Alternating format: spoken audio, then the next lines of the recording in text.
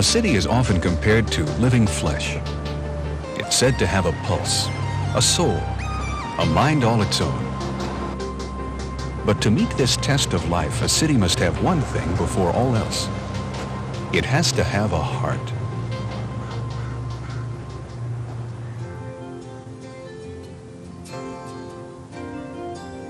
To find the heart of Bellevue today, you might come to this small grove, one of the oldest landmarks in Bellevue. The grove stands as a memorial to 3 veterans lost in the World War. Back then, it wasn't necessary to call it the first. As symbols of a world that's older and sometimes wiser, it is fitting that these trees are about to become the centerpiece of a living gift to the future. I think this park makes a statement about the kind of community that Bellevue wants to be. Not the kind of community that is yet, but that it wants to be. For years, Bellevue has felt that it was a suburb of Seattle, and that's no longer the case. And it has an opportunity to be just another city or a great city. A central park could go a long way toward making Bellevue a great city. Planning for a downtown park began 3 years ago. The city of Bellevue agreed to buy this 17-acre site when citizens promised to raise donations to help with the park's development. The citizen group started making good on its promise when it generated the money to sponsor an international design competition. The competition drew 67 entries, which were evaluated by a volunteer jury made up of citizens and design professionals. We went through a process of educating ourselves and talking to the community about what they want. What they wanted was open space and greenery. The winning entry was one that combined open space with texture and versatility. Its centerpiece is a circular meadow.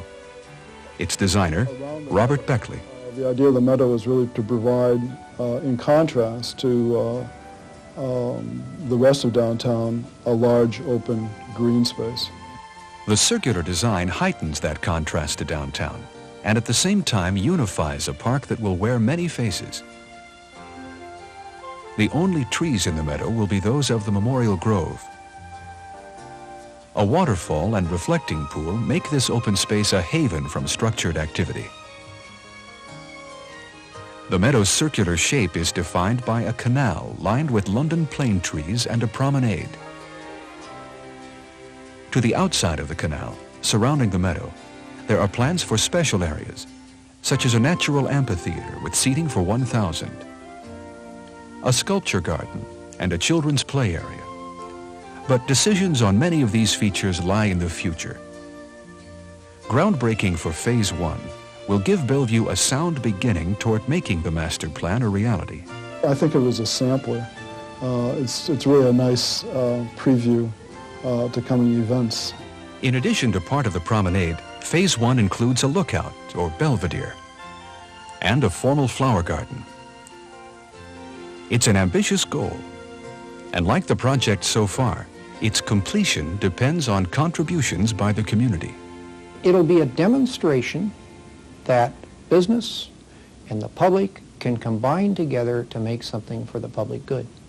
It's just like anything else. When people make a personal investment in something, they feel some ownership in it. And we wanted the park to be something where the people had this personal feeling of ownership in it, and it was theirs.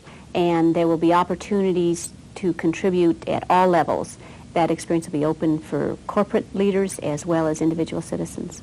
And all of those are going to be necessary to reach our goal.